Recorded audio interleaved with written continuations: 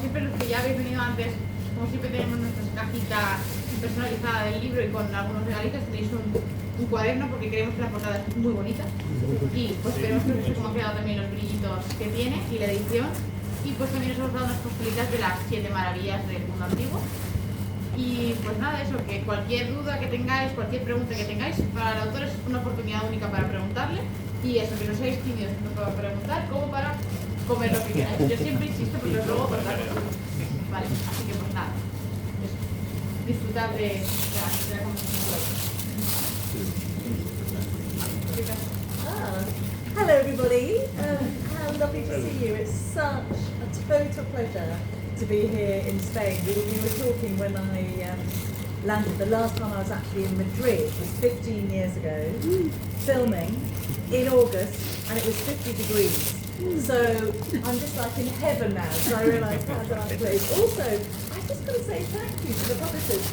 I've never had a kind of, not only a gift box, a Seven Wonders gift box, but this reminds me of in Tutankhamun's tomb. They discovered that he was left with all these kind of gifts for his afterlife, and they were basically lunch boxes with kind of fried duck and things in. So I feel, can I have this one? Yes, that's amazing. So this could be the gift. I'll get this buried with me to take to my afterlife. So thank you. I mean, I'm not going to do a talk. I would love it if we just had a chat this afternoon. But maybe it'd be helpful to say just 3 really simple things about the Seven Wonders that might be a surprise. It took me 7 years to write this book, and it took 7 years because I was determined to experience the wonders as ancient travellers and tourists had experienced them, because I think it's the kind of first thing to say about the Seven Wonders is that when you say the name, Seven Wonders, I think a lot of people imagine that these are fantasy places, that they're myths, that they're legends, that they're made up. But they are all real. They're 7 real places where real women and real men travelled for inspiration across 4,600 years. So I was determined to try to transmit the importance and the reality of them. So that's why it took me 7 years to write, because I went to see all of them. And you're going to take it? Oh, it's all right, sorry. I'll shut up for a bit. Sí, hola a todos por estar aquí, muchas gracias, es un placer estar en España. Hace 15 años que no estaba en España, concretamente en Madrid, estaba grabando un documental pues en la canícula de agosto con 50 grados de calor, así que bueno, pues estar hoy en día aquí con este clima tan diferente pues es un verdadero placer. Luego también, por supuesto, muchas gracias a todos de los libros, estas cosas, porque bueno, pues nunca había tenido una caja de regalo de mis libros. Esto me recuerda un poco a lo que se encontró en la tumba de Tutankamón. Eran como cajas que se pusieron para que se llevara a la otra vida de Tutankamón. Eran cajas sobre todo de comida, por así decirlo, y bueno, pues esto yo pienso que también me lo voy a poder llevar a la otra vida como regalo. No pretendo dar un largo discurso ahora, pero pretendo que sea más bien una charla, pero sí que hay 3 cosas que sí que me gustaría comentar un poco antes. La primera es que este libro me ha llevado 7 años escribirlo. ¿Y por qué me ha llevado 7 años? Bueno, pues porque quise experimentar las maravillas de la misma forma que lo experimentaron los antiguos. Quise viajar por todo el mundo y descubrir los sitios, los emplazamientos en los que estaban. Al final, cuando uno escucha 7 maravillas, maravilla como novelista, piensa en algo maravilloso, fantástico, mítico, que no existe, que no existe en la realidad, pero sí, fueron sitios, lugares, sitios reales a las que mujeres y hombres de toda la antigüedad pues viajaron para encontrar inspiración. Entonces, de punto 1, el libro me llevó 7 años escribir, porque 7 hay maravillas, y así que continúa allá. Sí. And I think that because they were all real places, and because people really used to travel to them, it might be kind of interesting for you to hear that the list of 7, was originally set down basically as a kind of, an ancient BuzzFeed. So this was the ancient equivalent of the top 7 that existed at the time, and the lists that were written about them were actually very, very practical travel guides. So ancient tourists would use them literally like you might use a Lonely Planet guide or a rough guide to the ancient world today. So they used the lists to go and visit each of these 7. and experience them as tourists and travellers and as pilgrims. So when I say the Seven Wonders list, don't think of something which is sort of high-minded literature. These were very, very practical guides to go and how to see the most amazing examples of monuments that humans could build. Sí, luego, bueno, puede resultar interesante cuando uno piensa pues, en la lista de las 7 maravillas. Bueno, esa lista de dónde viene. Bueno, pues eran documentos, eran obras que se confeccionaban en la antigüedad, un poco como las listas que encontramos hoy en internet de las top 10 maravillas de la antigüedad, top 10, pues era un poco esa idea de este tipo de obras. Eran listas que se confeccionaban además como guías de viaje para ir a estos lugares, como una especie de guía Michelin del pasado, en efecto, entonces que servían a los viajeros, a los turistas para experimentar estas maravillas, estos lugares. Por lo tanto, cuando hablamos de listas de maravillas del pasado, no tenemos que pensar en grandes obras de alta literatura, eran más bien pues, guías de viaje para ayudar a los viajeros y turistas de la época pasada. So I said I was going to say sort of 3 things about the Seven Wonders. So that's the first thing. They're real places that real people used to really go to visit, and actually people can still go to visit them today. You've got to be quite brave to go to Babylon, which is in modern day Iraq. It's not impossible. There are still flights and you know, you can manage it, but all of the others are really accessible for people to visit. And actually, as I've been talking about this book in the English edition, loads of people have come up to me who've then gone to visit, certainly all 6 and sometimes all 7 of them. Sí, luego la cuestión...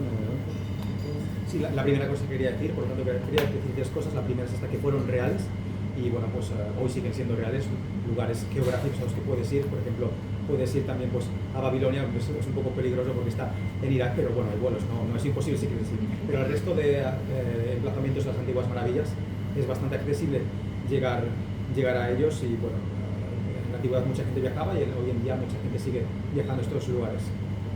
So the second thing I was going to say is I just want to share with everybody that the pyramids were not built by aliens. Sí, la segunda cosa que quería decir es compartir información de que las pirámides egipcias no las construyeron alienígenas, ¿no? Sin información. Sí. Yeah, and I have lots of proof that they were really built by humans. So maybe later we can have a talk about that, and also about some of the new theories of exactly how the Great Pyramid was built. Sí, muchas pruebas de que la construyeron humanos y también de las nuevas teorías que hay sobre la forma exacta en que se pudieran construir. Yeah. And the third thing is that people always talk about hanging gardens of Babylon and whether they existed or not. Because of all the 7 wonders, those are the only ones that we don't have really hard, exact evidence for their location. But I just want to kind of please everybody and say not only did they definitely exist, but there were probably 2 of them. So there are probably 2 hanging gardens of Babylon. Sí, luego también la tercera cosa que quería decir es sobre los jardines colgantes de Babilonia, porque es una de las maravillas más discutidas. La gente se plantea, ¿existieron, no existieron? ¿Por qué? Porque al final no tenemos una evidencia dura, factual, de decir, existieron, estamos seguros al 100%, pero bueno, examinando las fuentes de diferente tipo, podemos llevar a la conclusión de que seguramente sí existieron, y además existieron no solo uno, sino seguramente 2, uno en Nínive y otro en Babilonia. And I also just want to say thank you for being here, because you are living proof that history matters. The fact that we're sitting here in this hotel with a book about the 7 wonders, but the fact that you've all given up your time to come and meet and chat is hugely inspirational to me. So I wanted to say thank you for being here. Sí, y también pues muchas gracias por estar hoy aquí. Sois la prueba viviente de que la historia importa. Al final el hecho de que estéis dedicando tiempo a mi libro, me estéis dedicando tiempo a mí, es una gran inspiración para mí. Pues, por supuesto, muchas gracias. Yeah. And I just want to tell one just tiny little story about you know, why I think history matters, and you know, why it's a very hopeful thing. When I was first starting out, before I'd written any books or made any television programs, I was passionate about history, and I thought, you know, this has to be shared because there's this incredible reservoir of ideas and inspiration and characters from the past that we should meet. But I went to have a meeting with a producer from the BBC. This was in the 1990s, and this producer said, can I tell you three things? I'll let you translate it then. I'll tell you three things. Sí. Al final la pregunta es esta, ¿por qué la historia importa? Yo al final, antes de que digamos, escribiera los libros, antes de que hiciera estas series de televisión, pues yo era una joven con una gran pasión por la historia. ¿Por qué? Porque al final consideraba que era un reservorio de historias, de personajes fascinantes de la antigüedad, que son siempre inspiradores. Entonces, en los años 90 pues fui a hablar con un productor de la BBC sobre uno de los documentales que quería hacer, y el productor pues me dijo tres cosas que son las que ahora voy a contar. So what this guy said, he said, can I tell you three things? One, nobody is interested in history anymore.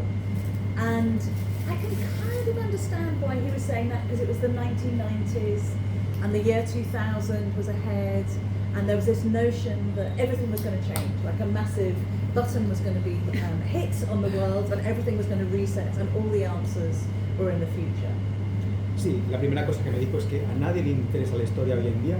Al final estábamos en los 90, pues se pensaba que los 2000 iban a cambiar todo, como casi que por arte de magia, con un botoncito en alguna parte pues iba a cambiar todo. Y entonces esta cuestión me dijo que a nadie le importaba la historia. Then he said two, nobody watches history programs on television anymore, which again was annoying, but also only because people weren't making history programs on television.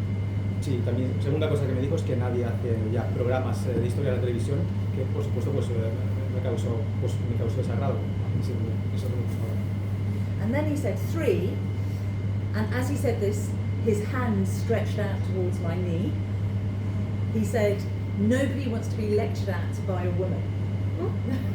Y la tercera cosa que me dijo mientras me ponía la mano en la rodilla es que nadie quiere que una mujer le dé lecciones. Yeah. So, as you can imagine, that put a certain amount of fire in my belly, and I just thought, I have to prove you wrong. Sí, al final pues me enardeció bastante y dije, pues tengo que demostrar que este señor está equivocado. Yeah.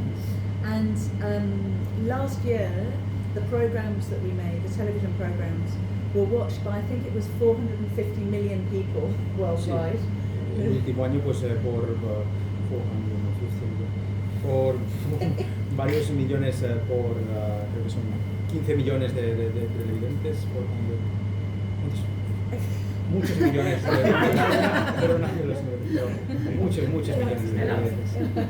450 million. And so I only say that because it's one of those examples where a no is a good thing to hear sometimes, because it forces you to turn that into a yes. Sí, al final pues este tipo de experiencias a veces pueden ser fructíferas en el sentido que te fuerzan a convertir un no en un sí. Yeah. And I'm sure that happened with the Wonders. That's why I'm telling this story, because when I was writing this, I'm sure there were times when people sat around a table like this, planning the Great Pyramid or the Colossus of Rhodes, and naysayers, no-sayers around the table would say, you're crazy, you know, it's going to be impossible to build a tomb that's 460 feet high or a bronze sculpture that's over 100 feet high. So I just want to say thank you to the people who sat around these tables in ancient times and said, yes, these are possible. Sí, bueno, pienso que también en la antigüedad alguien también dirigió una especial de decir esto no puede ser posible. Por ejemplo, pues gente que estaba en unas mesas planteándose, vamos a construir la Gran Pirámide, vamos a hacer el Coloso de Rodas, y de fondo alguien decía, está mal de la cabeza, no se puede hacer esto, es imposible construir un coloso tan grande, construir un faro tan enorme. Así que bueno, pues gracias a estas personas de la antigüedad que sentando en estas mesas pues decidieron al final llevar a cabo estos proyectos que tenían en mente contra todo pronóstico. Sí. Yeah. So now I'd love to hear from you. To ask any questions. Sí, ahora pues estaré encantada de escuchar vuestras preguntas y responderlas. Bueno, pues yo os quiero pedir perdón a todos porque estaba convencidísima de que era las 6. Bueno, mira, no es mi día. De verdad, no es mi día. De hecho, le he escrito a Yolanda y le he dicho, llego muy pronto, me quedo fuera porque me da vergüenza entrar tan pronto. Y me dice, ¿dónde estás? Te estamos esperando. Y casi me muero porque de verdad que soy una persona muy puntual. Bueno, para mí mi maravilla del mundo antiguo favorita son las pirámides, pero quizá porque es la única que se puede ver realmente. De hecho, me marcho el sábado a Egipto y claro, cuando me llegó la invitación para venir aquí dije, el karma, digo, no podía haber otra cosa mejor. A mí mi padre de pequeña, mi padre estuvo muchas veces en Egipto de joven y me hablaba de las pirámides, pero ¿cuál sería, si todas las pudiéramos ver, imagínate que todas estuvieran presentes hoy en día, cuál sería la que tú escogerías como la joya de la corona? Yeah, so my favorite one is the Great Pyramid because it's the only one that lasts to this day. I'm going to Egypt this Saturday, so when I was invited like to this event, I went and said, well, I have a good come. So it's a great. So my dad also told me about I don't know if he gave to me when I was a little child, but my question is which is the one that you prefer, you would like to see today? Okay, well that's a great question. Do you say you're going to Egypt this Saturday? Yo no Así que vas a Egipto. Voy este sábado, sí, sí, con mi familia. Voy de vacaciones. Fantastic. Can I give you a tip? And for anybody anybody who goes to the pyramid now, if you go and walk around the outside of the pyramid, particularly on the south side, look down at the stones of the Giza Plateau, and you'll see there are these huge holes about this size, which they've just been scanning. Archaeologists have been scanning. I don't know, translated and I'll finish there. Sí, sí, bueno, pues el consejo es que, bueno, en la zona que rodea la pirámide te fijes sobre todo en el suelo, especialmente en la parte en la que da más el sol, y vas a ver un montón de agujeros que, bueno, pues son fruto de la labor de los arqueólogos que hoy en día pues están haciendo escáneres, están haciendo estudios en esta zona. And I'm not actually allowed to tell you because I'm under constriction by the archaeologists, but they are something to do with the construction of the pyramid. And it's brand new evidence, so make sure that you go and have a look at them and touch them, and then in about 6 months' time I'll be able to tell you what they were used for. Sí, no te puedo decir exactamente lo que se está descubriendo en ese momento porque, digamos, he firmado una especie de contrato de confidencialidad, pero son cosas muy importantes que tienen que ver con el hecho de cómo se construyó la pirámide. Entonces aprovecha para tocar estas zonas que te comento y en 6 meses hablamos de cuáles son estos descubrimientos que ahora mismo no te puedo transmitir. So my favourites of the Seven Wonders, I think it's probably the one that people always forget, which is the Temple of Artemis at Ephesus. Sí, yo creo que mi favorita es la que la gente suele olvidar, que es el templo de Artemisa en Éfeso. Yeah. So when people, you ask them to list the 7, they often get to 6, but they forget the Temple of Artemis. So that's right. But why I love it is because all of these buildings are huge. That's one of the things that gets them on the list in the first place. They're all enormous examples of what they are. And the Temple of Artemis was huge, so it was twice the size of the Parthenon temple in Athens. So it's enormous, and it was like the first Greek temple of its kind. So it's almost like the mothership of all Greek and Roman temples that you see. But that's not why I love it, but if you translate it then I'll tell you. Sí, porque normalmente sabemos que hay 7 maravillas, pero la gente le dice, lístalas, y al final te acaba listando 6 y suele dejar fuera mi favorito, que es el templo de Artemisa en Éfeso. ¿Por qué me gusta esta maravilla? Bueno, pues es una maravilla enorme, como todas las maravillas, es el primer argumento de maravillas de la antigüedad, que eran enormes, pero además el templo de Artemisa pues, tiene otros argumentos a su favor. Entre otras cosas, pues bueno, tiene el doble de la superficie del templo del Partenón de Atenas, que es bastante grande, y luego también es el primer templo de su tipo griego, al final pues es una especie de la madre de todos los templos griegos posteriores, pero luego tiene más cosas además que griegos. But the reason I love it is because it was really unusual in that it was a sanctuary to the great goddess Artemis, and because Artemis looked after those who needed care, so she was a goddess who looked after young teenage girls and people who were in distress. So actually it was a place where people would come to seek asylum. So you had political exiles there, the murderers of Julius Caesar, the sister of Queen of Cleopatra, the famous Cleopatra, just ordinary young women and men who'd maybe got in trouble with their family, and if they came to the temple, then they were given sanctuary and somewhere to stay. So I think it must have had the most amazing atmosphere and really unusual in the ancient world.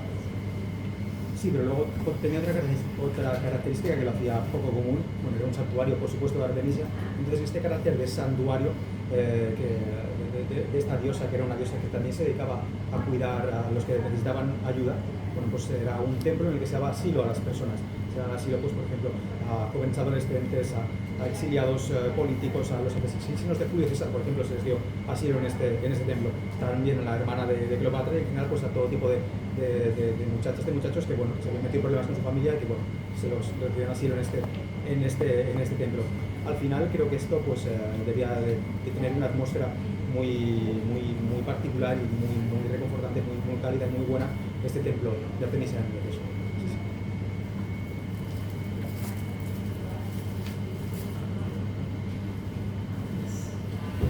Mi favorita siempre ha sido la que menos duró, si no me fallan las matemáticas, el Coloso de Rodas. Así como has hecho con el templo de Artemisa, ¿cuáles fueron tus impresiones sobre el Coloso? Pero bueno, la pregunta era que se entendió un poquito mal. Sí, que ¿cuáles fueron tus impresiones sobre el Coloso de Rodas, al igual que ha hecho con el... Yeah, so my favorite is the Rhodes Colossus. So how did the Colossus impact you? Yeah, so it's so interesting. I've just been looking at, we're doing a television series about the book as well, and just as you came in, I'll show you, I was looking at the reconstructions that we're doing of the Colossus of Rhodes, because it must have been incredible, that. And the sort of two exciting things I discovered writing the book. One is that what it represents really, because it's a huge, extraordinary, beautiful sculpture of the sun god Helios, as you know, again incredibly ambitious. But the fact that it was made from weaponry that had been melted down after this terrible siege of Rhodes, and I think that now, you know, we all know, you in Spain know incredibly acutely how terrible civil war is, and when Greeks were fighting Greeks, it was a terrible thing, the siege of Rhodes. And it was one of those moments in history where the rest of the world intervened and said, hang on, there must be another way to deal with this. You must have a truce. And then one of the things that they did was melt down the siege engines and the weaponry and produce the Colossus of Rhodes from those melted down weapons. So it was an incredibly symbolic monument, as well as just something that was enormous. Sí, de hecho ahora mismo estamos trabajando en una serie de televisión sobre el libro. Y pues ahora, antes de que llegáis, estábamos viendo las reconstrucciones del Coloso de Rodas, que de hecho pues luego os lo enseñaré si os interesa. En el Coloso de Rodas hay dos cosas sobre todo que me llaman la atención. Luego, pues por un lado, pues por supuesto es una estatua enorme que representa al dios Sol, Helios, esto está fuera de duda. Y luego también el hecho de su historia. Está fundido en bronce a partir de las armas del asedio de Rodas. ¿Qué pasó en este asedio de Rodas? Bueno, pues una de las guerras civiles que hubo en Grecia, bueno, como bien se sabe en España con las guerras civiles, son siempre terribles. En algún momento alguien dijo, bueno, no debéis continuar aquí batallando entre vosotros, tiene que haber otra forma de intentar llegar a una tregua. Entonces lo que se hizo con las maquinarias de asedio, con todas las armas, se fundió el bronce para construir este Coloso de Rodas. Por lo tanto es un monumento que además tiene un carácter simbólico pues bastante espectacular. Yeah. And if you go to Rhodes, we've now identified the actual foundries where the metal was melted to create the Colossus, which is awesome. And so what we think happened is that they cast the bronze like in sections, so you'd have the whole kind of a forearm, you know, as long as this table. I'll show you the photos, and these huge foundries which are now underground, where they would actually cast all this metal, but it was like less than a centimetre thick, so huge sheets, but all very thin, so it was almost like a bronze skin that went around an iron skeleton. I'll find you the pictures first. Sí, y al final, bueno, pues hemos tenido la ocasión de ir a las pequeñas fundiciones en las que se hizo la fundición del Coloso, por supuesto, por partes. Al final era una estatua enorme, pues no se podía hacer una gran fundición. Ahora os lo enseñaré en una foto, y en estas zonas subterráneas al final donde se hacía. Al final el Coloso de Rodas era como una inmensa piel de bronce. ¿Por qué digo esto? Porque al final era muy grande, pero lo que es el bronce en sí era apenas 1 centímetro. Entonces esta cuestión ahora deberé enseñaroslo en fotografía. When I found them, I'll pass them on. I'm really bad at filing anything. Sí, cuando lo encuentre lo enseñaré, soy muy mala con las carpetas. Yeah. ¿Se conserva alguna pieza, algún resto del Coloso? Eso So do you have any remaining of the Colossus of Rhodes? Not well. Really interestingly, no. As far as we know, no actual bits of the metal, because after it collapsed, so it collapsed about 50 years after it was built because of a giant earthquake. But after it collapsed, that bronze was melted down again and used in other weapons, in shields and in other statues. So it's almost like there's a secret Colossus of Rhodes that we could probably all find if we go and find bronze that came from Rhodes 2,200 years ago. So it's almost like he's had a kind of been resurrected, or like a sort of Buddhist thing has appeared like in a different form after he was melted down. Sí, bueno, la respuesta corta es que no, la respuesta pues más matizada es que, bueno, tiene una trayectoria interesante. Al final, hasta donde sabemos, no hay ningún resto que digamos después de él, pero claro, después de que colapsó el colapso de Rodas, unos 50 años después de que se erigiera, a causa de un gran terremoto que se produjo, bueno, pues como estaba hecho de bronce, este bronce se refundió de nuevo para formar armas, armaduras, estatuas. Por lo tanto, digamos, se puede hablar de que hay una especie de coloso de Rodas secreto, pues disperso por muchas partes. Si trazamos, pues sabemos que un material de bronce se fundió en Rodas en esta época, pues seguramente sean restos del coloso de Rodas. Pues, cada una de estas partecitas que a lo mejor encontramos en museos donde las encontremos, bueno, pues es que son como una especie de avatares del coloso de Rodas, por decirlo en términos budistas. Insistiendo un poquito en ese tema, ¿hay algún vestigio arqueológico del lugar donde estaba? Yeah. So are we sure from the archaeological point of view of where it was placed? Yeah, and that's really interesting as well. I'll just pass. You just pass you some. Again, this is my phone with all my private photos on, but you can have a look at the Colossus. This is the one with me with the lamp, which is where the foundry was Sí, las underground. fundiciones donde. Yeah, there are lots of them, but so that would be where it was made. So what was the question again? Are we sure from Where it was. So yes, so you know, famously the Colossus straddled the harbour. That's what everybody thinks when they see the image of the Colossus, you know, with its legs either side. But that was completely invented. That was made up by a lawyer who visited in the 15th century. He just said, "Oh, it straddled the harbour." Where it would have been, because it was an image of the god of the sun, Helios, it would definitely have been in a sanctuary of the god Helios as well. It would have been in a religious place. And right at the top of Rhodes, there is a sanctuary to the god Helios, where all these games, like the Olympic Games, only they were the Helian Games for the sun god, would have been taking place. And when I travelled to write the book, I arrived at the island from lots of different angles to try to imagine what the Colossus would have looked like when you got there.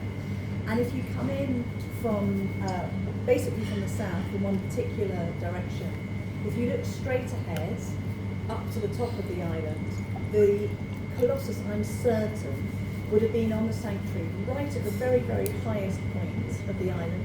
Because then when you come in by boat, it looks like it's straddling the two harbours underneath. So there's a military harbour and a commercial harbour. So I'm absolutely certain that that's where it would have been. But I'm only certain of that because I retraced the footsteps of the people who, you know, would originally have travelled there by boat. Sí.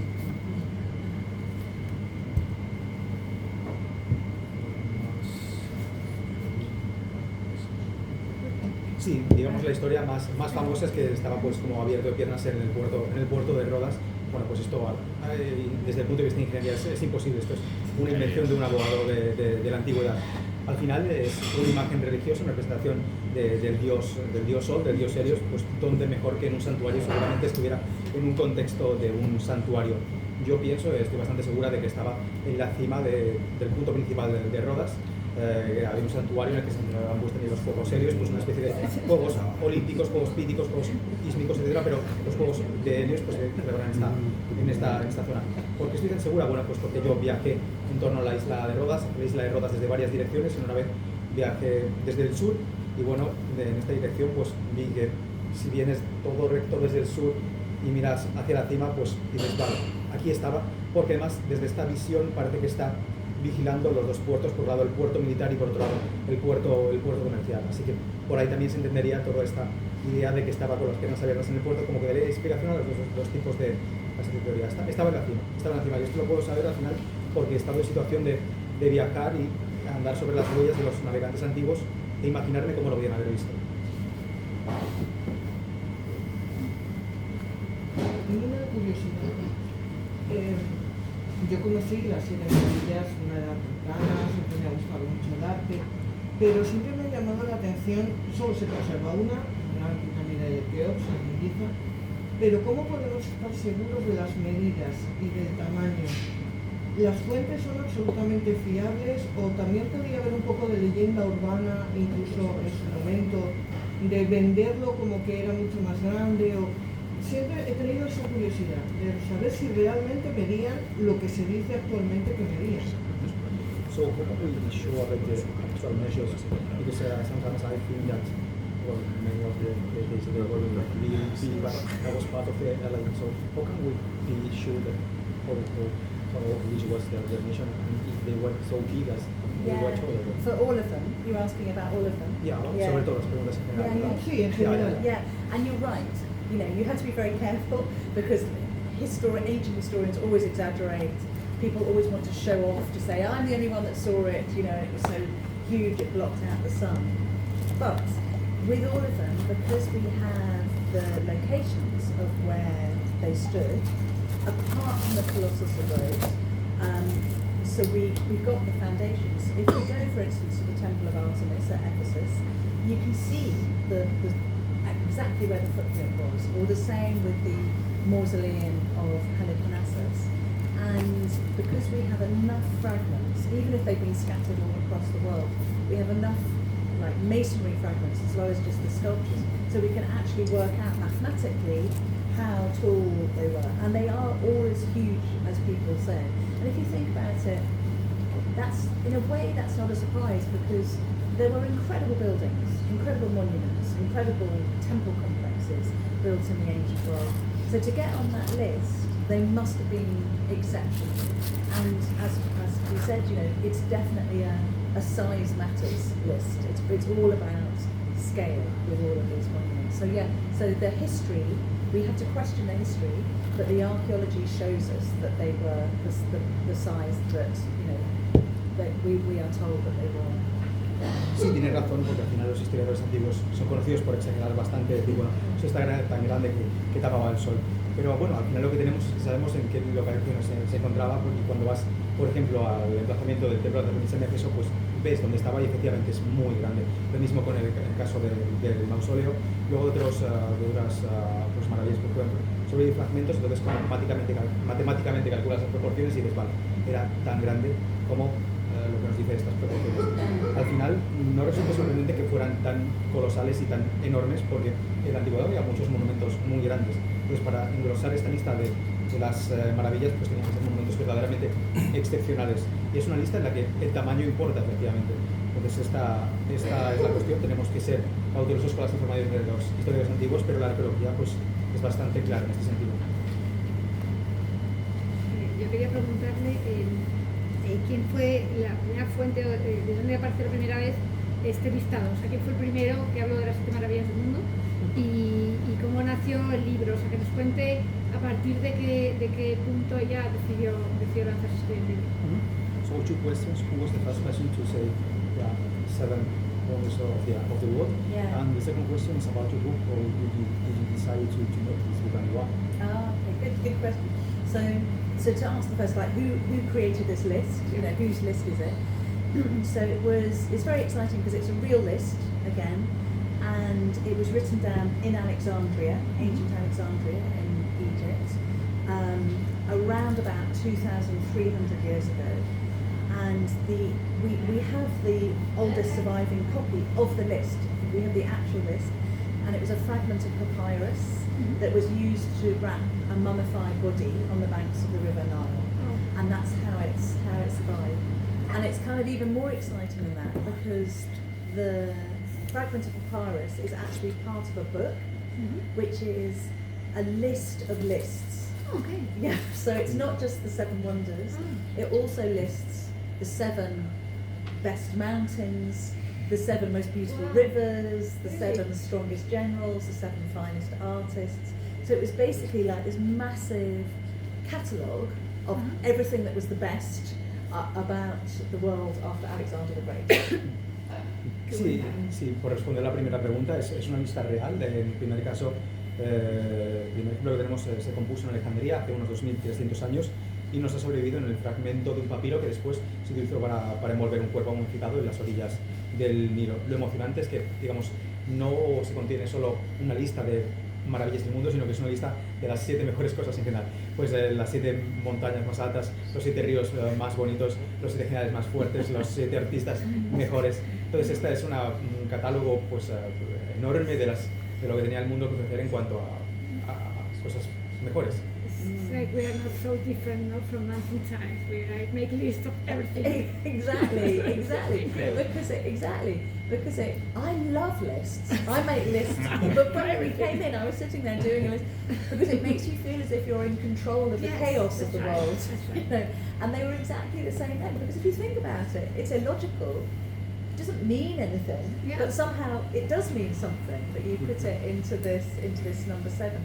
And also 7 is a magical number. Yeah, it is. You know, so it has, for the ancients, it had huge significance that they thought it combined the power of the 4 elements of earth, air, wind and fire, and the 3 of the heavens, so the sun, the moon and the stars. Like all cosmic power was contained in that number. And of course, you could see 7 planets with the naked eye. So for the ancients, they'd have seen these 7 planets. So grouping them in the number 7 also gave it this symbolism and significance and magic. You know, they were literally, it was thought to be like a magic list that you couldn't therefore disrespect. Yeah. Sí, al final, como bien comentas, nos siguen encantando a nosotros hacer las listas. A mí personalmente me encanta, de hecho, antes de hablar como tú estaba haciendo listas, te hacen sentir que estás en control del caos del mundo. Y luego también pues volviendo sobre esta idea, ¿por qué 7? Pues bueno, porque 7, pues puedo decir, porque 7 parece un número como cualquier otro y realmente no es algo que en sí signifique nada, pero es un número que sí que significa mucho. ¿Por qué? Porque en la antigüedad se consideraba un número mágico que atesoraba un enorme significado. Por ejemplo, pues eran 7 los elementos, 4 los de la Tierra y 3 los elementos celestes. Luego también, por supuesto, los planetas que se pueden ver a simple vista pues son 7. Entonces, componer una lista con 7 maravillas le daba un significado mayor a este catálogo de maravillas. Al final le daba una sensación simbólica y mágica añadida. Yeah, and you asked why I wrote this book, and there are 2 answers. There's a kind of an emotional one and a academic historical one. And the emotional one is just that as a historian, when I look back through time, and not just centuries, not just thousands of years, but tens of thousands of years, you see that in both good times and bad, as a species, we're hardwired for wonder. We want to wonder at things. We want to create things which cause wonder and awe. We want to experience them, and then we want to share our stories about that experience. And as if you see that going right the way back as early as records, I'm talking tens of thousands of years, as early as records begin. And I just thought, if we need wonder, it's worth writing about these wonders.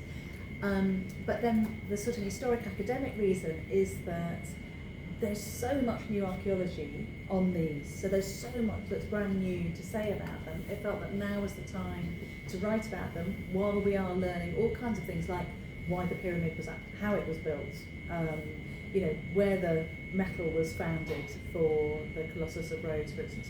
So it was sort of bringing that, you know, the joy of wonder together with the new archaeology and the kind of the new science around them. Thank you. Sí, hay 2 motivos. Por un lado, el motivo emocional y por otro lado, el motivo académico histórico. Desde el punto de vista emocional, bueno, pues cuando como historiadora ha hecho la vista atrás, te hablo de decenas, cientos de miles de años atrás, uno se da cuenta de que estamos pues, genéticamente predispuestos para maravillarnos, para la maravilla, para crear cosas que maravillan a nosotros, para experimentar nosotros las maravillas y para contar historias sobre nuestras experiencias de las maravillas. Entonces, como necesitamos maravillas, dije, pues habrá que escribir un libro pues, sobre maravillas. Y luego, desde el punto de vista de la arqueología, de lo académico, por así decirlo. Ha habido un montón de descubrimientos arqueológicos nuevos en época reciente sobre bueno, pues cómo se construyeron efectivamente las pirámides, dónde procedía el bronce del Coloso de Rodas, y bueno, creo que era el momento para ponerlo en común, que llegara al gran público, pues al final dos motivaciones, la emocional y la académica. Sí. I've got a question for you guys. Why do you think we still care about them? It's really interesting, you know. Why they're so fascinating? Why? Sí, tengo una pregunta para vosotros al final, ¿por qué pensáis que nos siguen fascinando las maravillas? Sí, sí. Porque es desconocido, porque no las podemos No, tocar, no podemos comprobar totalmente con nuestras manos que eso fue así. Es un sueño en el fondo, una sorpresa, y todo ese misterio, yo creo, a mí personalmente es lo que más me llama la atención. Yeah.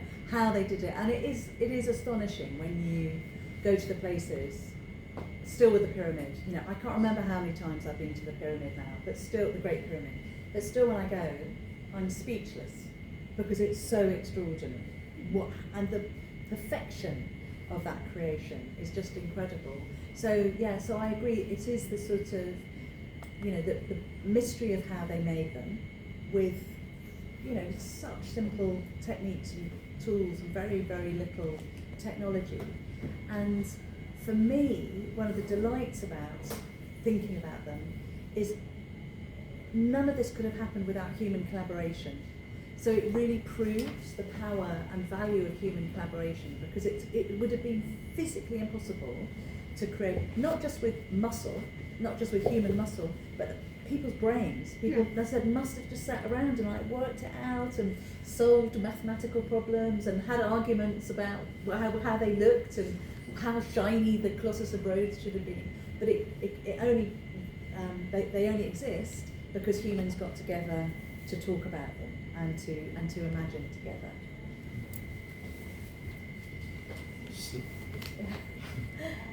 Sí, al final estos lugares son lugares sorprendentes. Por ejemplo, hablo de las pirámides.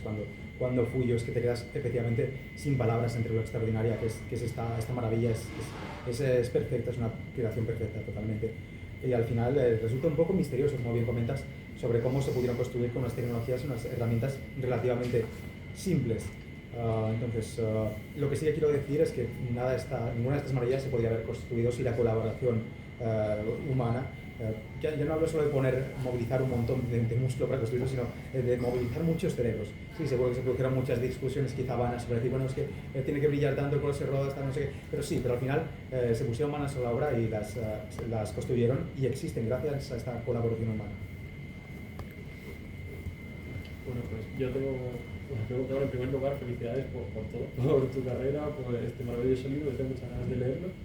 Y tenía una pregunta de si han existido otros listados a lo largo de la historia, aparte de estas 7 maravillas que tenemos, ya que tiene cierta influencia del mundo helenístico, que si los romanos también hicieron su listado de maravillas. O sea, es la primera pregunta.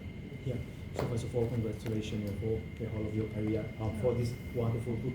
So my question is like, did any other list exist? Because, for example, the list we are talking about was mainly composed in Hellenistic times. The Romans also created its own list. Yeah. Well, that's a fantastic question, because this is the first actual list that we know about.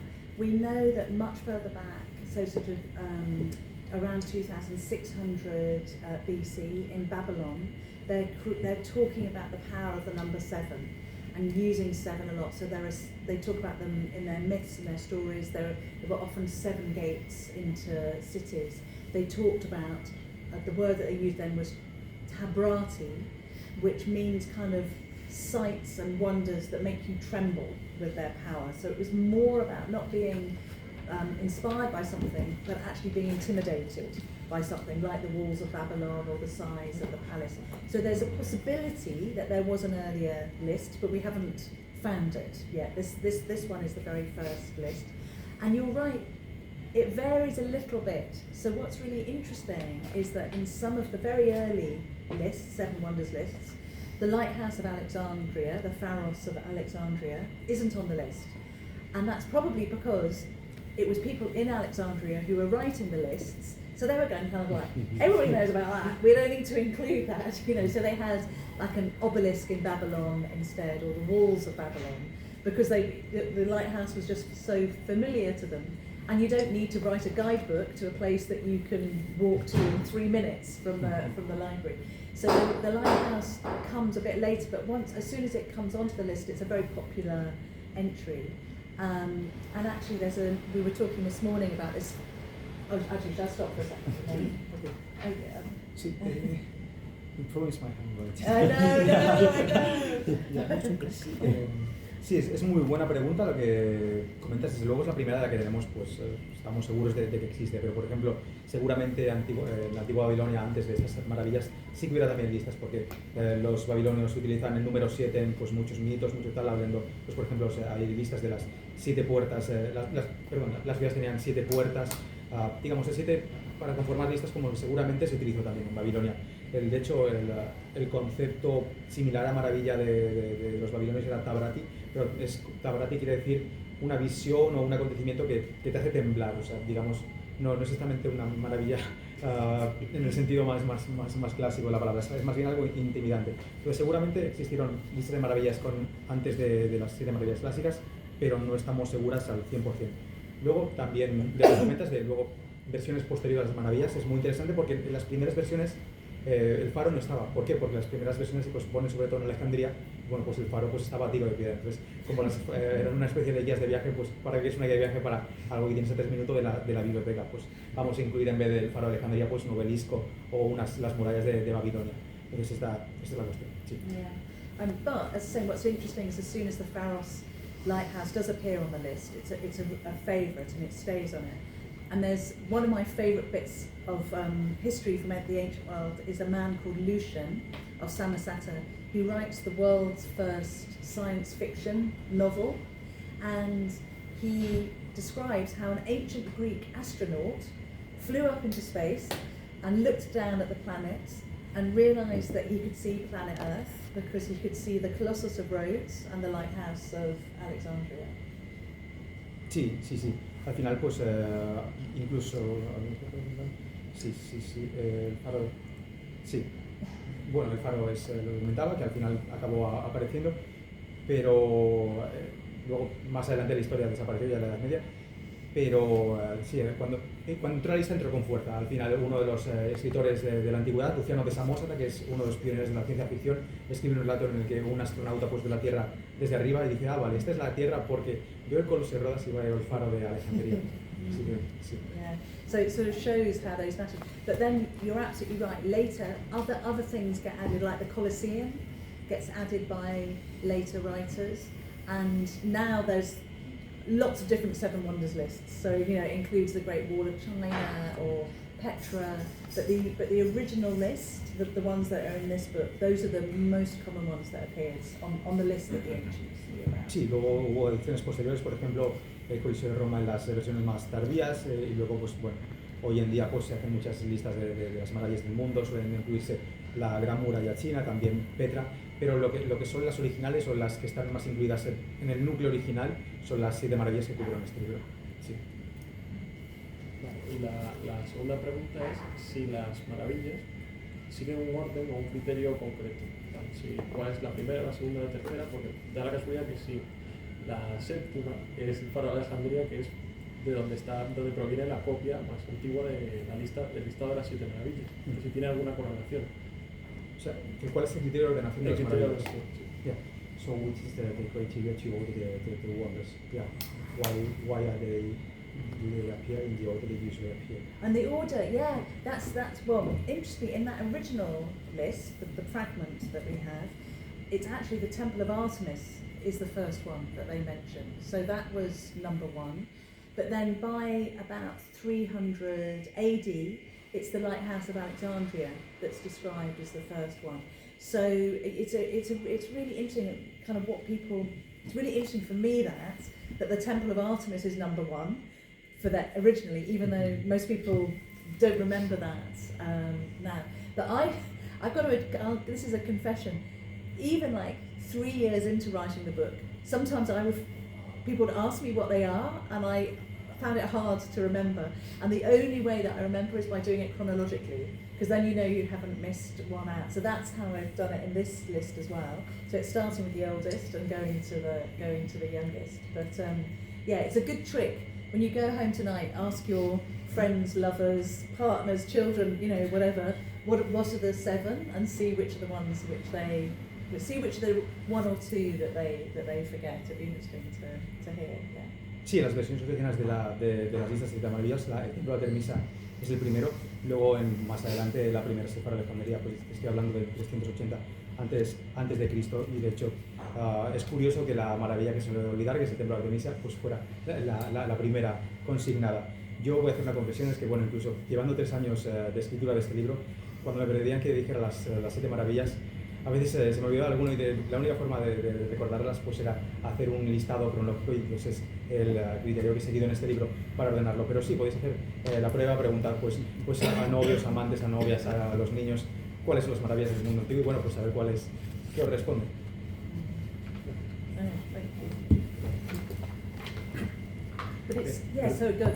Sorry. 7 años ha tardado en escribir, 7 maravillas.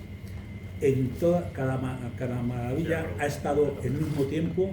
Querría saber cuál es con la que más se ha detenido y con la que menos, con la que ha sido más fácil investigar.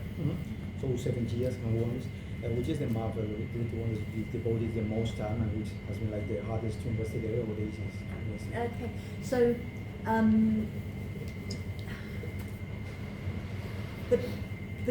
the pyramid, weirdly, although it should be the easiest, is really frustrating because it's so extraordinary and we still don't know its secrets. You know, this is what's amazing to me, is that how many people, it's been there for 4,600 years, and people have thought about it and written about it and measured it and explored inside it. And when I was there a month ago, there were people who were scanning inside who've discovered something new inside the pyramid. So even after all this time, there are still these kinds of mysteries. So for me, I sort of love it and I hate it, because it's so good at keeping its secrets. I also, for me, there's just a personal thing that I love about the pyramid that you might know, that the word pyramid, so the ancient Egyptians didn't call it a pyramid, that's a Greek word, and a pyramid in ancient Greek actually means a little cake, like literally a bun that's that shape. So the Greeks, in the typical way that Greeks think they know everything, said, oh, it looks like a little cake, so we've got to call it a pyramid, and that's the vibe. But actually for the ancient Egyptians it was they called it a mer, M-E-R, a place of ascension. You know, that's what it was a resurrection machine, and the ancient Egyptians were very kind of clear about that. So as I said, I sort of love the pyramid, but have found it laughs at us, you know, because it's holding on to its secrets. And I think probably one of the most rewarding to investigate is also in Egypt is the lighthouse of the Pharos of Alexandria, because we're discovering more and more and more of it on the seabed. So there's actually quite a lot of the Pharos left on the seabed. And again, if you go to Alexandria, I was there, I said a couple of weeks ago, there are fishermen who just sit in the harbour, and they're sitting on one of the doorposts of the lighthouse of Alexandria, and they have no idea that that's what they're doing. But not only is it this huge red granite doorpost, incredible, 14 metres high, I mean, huge thing. But we know that Cleopatra loved the lighthouse of Alexandria, so she would probably have walked through that door and touched that doorpost. And so for me, I love it because it's very tangible. You know, you can literally touch, put your hands where the ancients put their hands. So I think that's the one I've most enjoyed exploring. But they're all great because new bits of evidence are appearing for them the whole time. And you know, the mausoleum of Halicarnassus, they've just discovered a fragment of the sculpture which shows the colours it originally was. It was absolutely bright, like a fairground. So you know, it's been a very exciting writing, as I said, because of all this new archaeology coming in.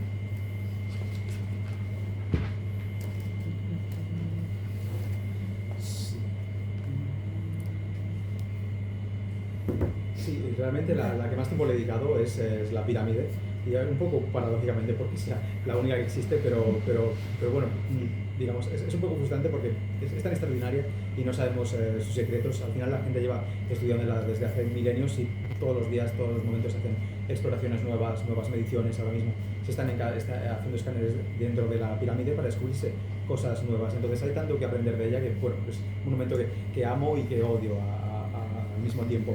Al final, pues es algo que por supuesto que me gusta. Luego la pirámide, por supuesto, pirámide no es el término egipcio original, pirámide es un término griego que, bueno, pues fueron nombrando las cosas un poco como les apeteció. Una pirámide es pues un pastelito griego pues que tiene esta forma chiquitito y dije, bueno, se parece un pastelito de esto, vamos a llamarlo pirámide.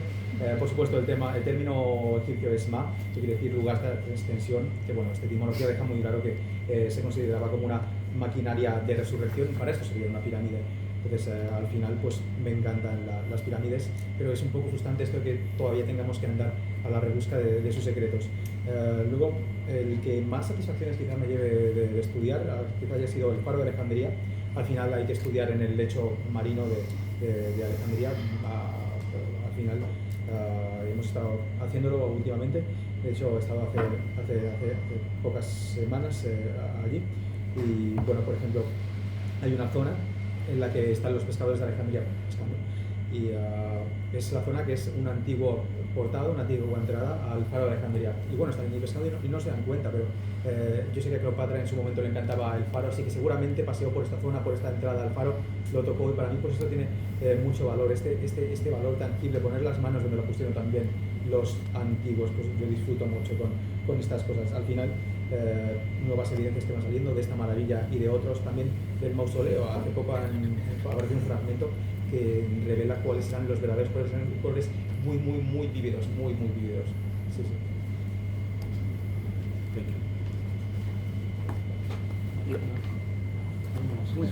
Sí. Vale. Pues no, has comentado antes, bueno, enhorabuena por el libro y también por el de Estambul, que me gustó mucho. Has comentado antes que existía el mito de que el coloso tenía las piernas abiertas y estaba en medio del puerto y así. Pero ¿qué otros mitos crees que están muy establecidos y que gracias a tu investigación, a tu trabajo y al libro, pues como que desmientes en el propio libro? Yeah. So congratulations for your book. I also really enjoyed it, and also Istanbul I really loved it.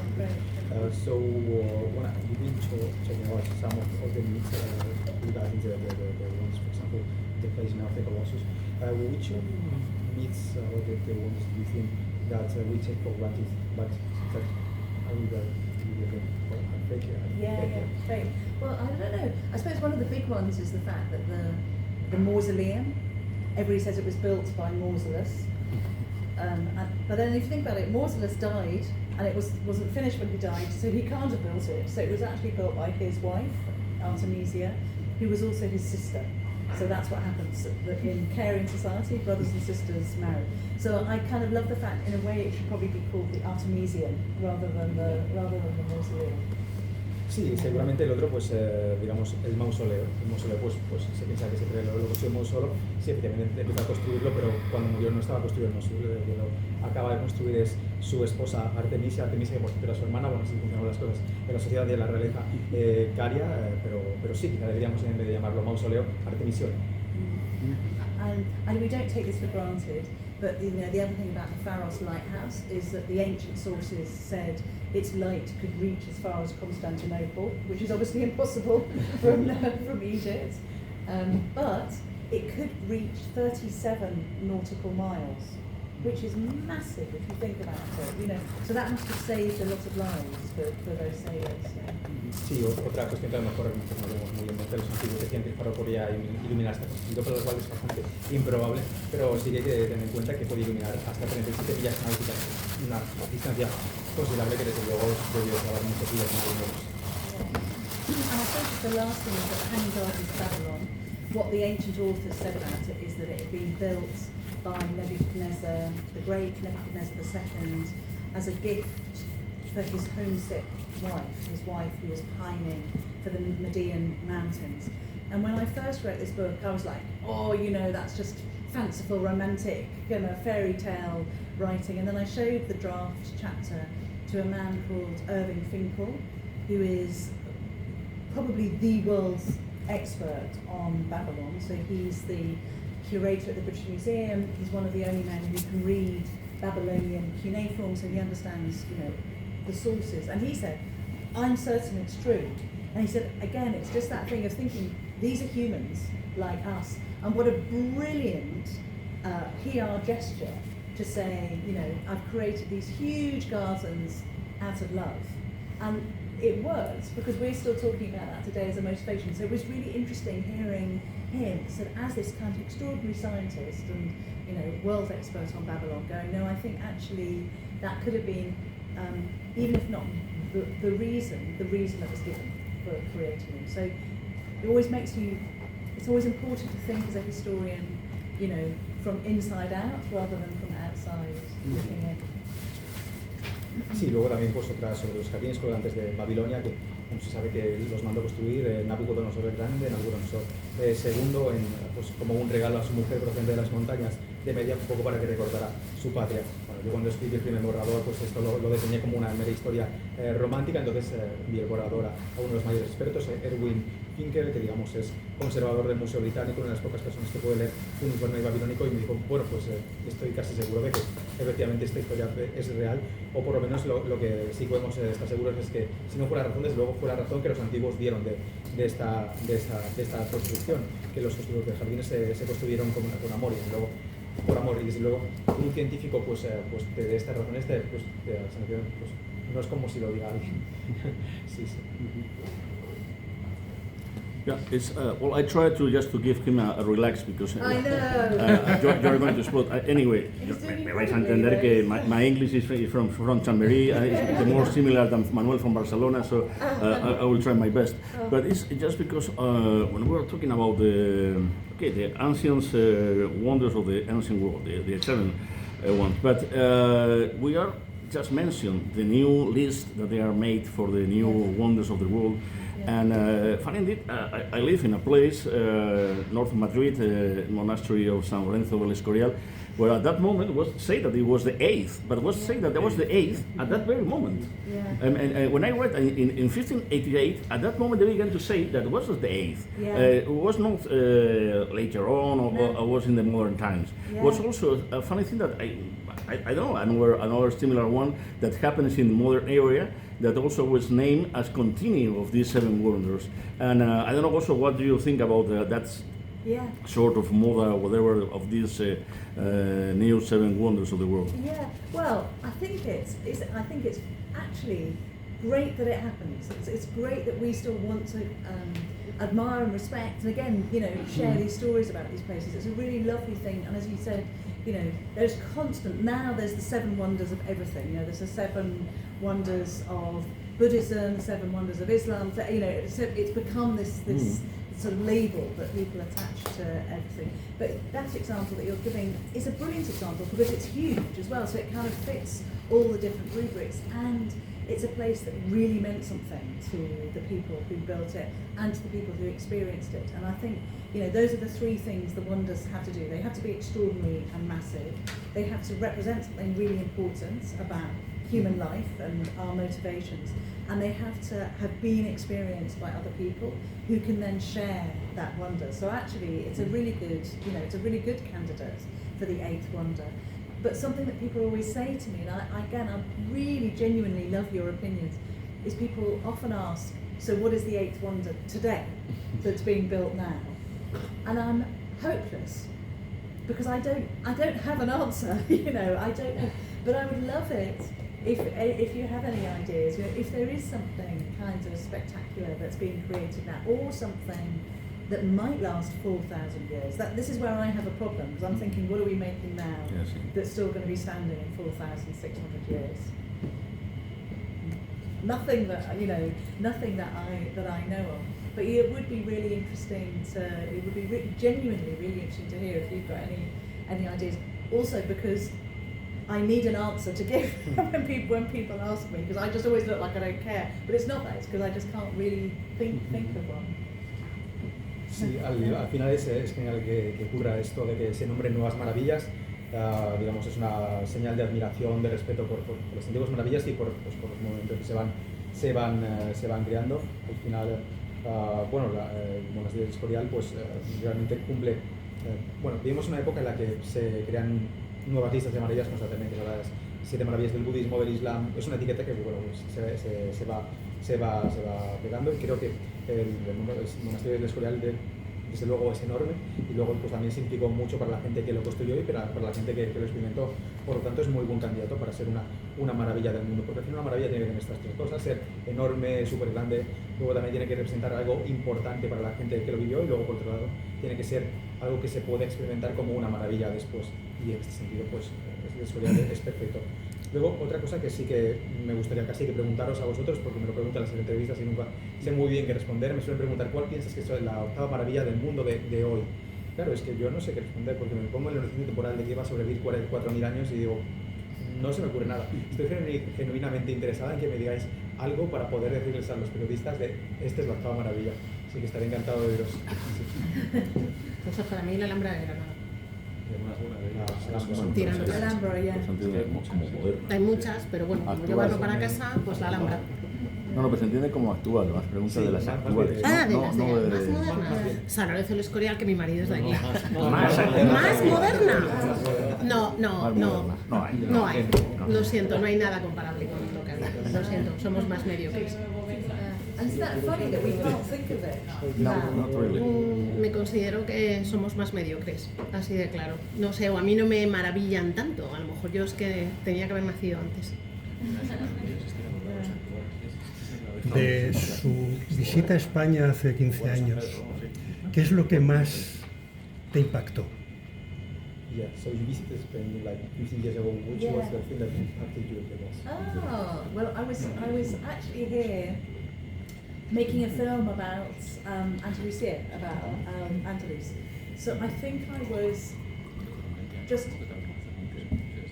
blown away by the fact that the manuscripts that I was looking at had been shared in places like Toledo and Seville, had been shared by so many different people who had looked at those, and I then followed the trail to Morocco, and there's, I don't know if you notice, there's the second oldest copy of Plato from anywhere in the world. The oldest one is in Oxford, and the second oldest is in the Karaween Mosque in Fez, and was first created here.